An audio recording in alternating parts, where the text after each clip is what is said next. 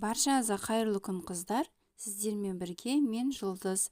Бүгінгі каналымызды көрсететін рецепттердің бірі бешбармақтың қамырын илеу және жаю құпияларын ашатын боламыз.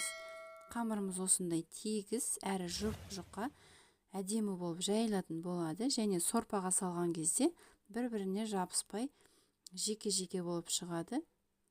Осындай қамырдың илеуі мен жайылуын көрсететін боламын. Негізгі жерлерін жіберіп алмас үшін видеоның соңына дейін тамашалаңыздар. Алдымен бөлме температурасындағы суды құйып аламыз ыдысымызға. Енді осының үстіне шай қасық тұзды салып, тұзымыз ерігенше араластыратын боламыз.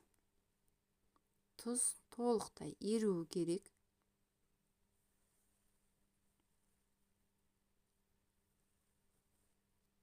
Енді осының үстіне бір